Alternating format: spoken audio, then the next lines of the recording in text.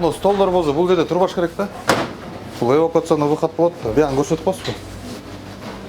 Үстүн баары мына пластик, автоматический пожарный сигнализация иштебейт. Могул жакта байкези эме болуш керек да. Кухняда могул жерде диэлектрический полик болуш керек. Могун болсо печкалардын бүт заземлениясы болуш керек. Негизичи бүт ушунун баары болуш керек да. Бу жерде огнетушительниңиз каякта? Электропроводкалардын баарысын кабель каналга салып рейттеш керек да, короткое замыкание, ушундан эле нагрузка болот, поврежденный розеткаларды колдонбош керек байке. Где-то вход, ошол жерде вход, план эвакуациялар бар, где в месте коюш керек. Бүгүнкү күн өрт көзөмөлү боюнча кызматтын тарабынан текшерүүлөр жүрүп атат, түнкү рейдтер. Бунун максаты өрттү алдын алуу. Биздин бүгүнкү күндө мына өзүңүздөргө белгилүү болгондой түнкү клубдар, ресторандар болсо өрттүк шаймандар менен камсыз болду эле. Эвакуациялык выход эшиктери барбы бүгүнкү күндө? Электропроводкаларын бир сыра карап, чек-листтер жазып берип атабыз.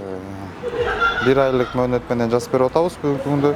Ал жазылган эскертмелер болсо убагында аткарылбаса, анда биз чара көрөбүз. Бул азыр бизде түшүндүрүү иштери өрттүн алдын алуу максатында, өрттү болтурбоо, материалдык чыгымдарды болтурбоо максатында азыр бизде ушундай түшүндүрүү иштери түнкү клубтарда, адамдар массалык түрдө эс алуучу жайларда түшүндүрүү иштери жүрүп атат.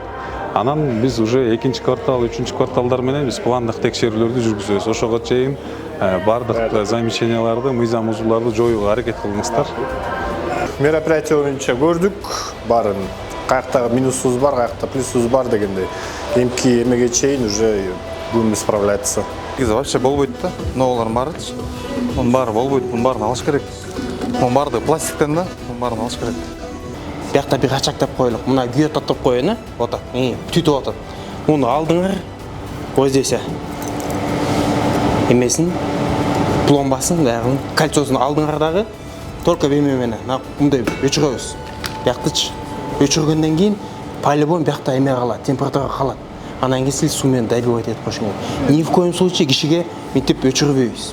Муну менен кишиге өчүрсө болбойт. Если муну кишини мындай направление кылсаңар, если ал гипотермия алат, күчүк алып кетиши мүмкүн. Ушунун баарысы деген эгерде өрт кырсыгы катталып калган убакыт болсо, буга тийгенде бул как свеча тез күйүп кетет да. Ошон үчүн пожарный машина келгенчекти же первичный средство менен өзүңөр өрттү өчүргөнгө да жетишпей калышыңар мүмкүн. Ошон үчүн момундай жабдыктарды, пластмассага тез күйүп кетүүчү каражаттарды баарысын атайын лабораториядан өткөрөсүңөр. Лабораториядан өткөртүп, муну огнезащитный составын лабораториядан алып туруп, ошонун баарысын обработка кыласыңар. Какой-то убакытта тез күйүп кетпей, ошол кармап берет да. Жол болсо мындай жабдыкты жабдылаш керек.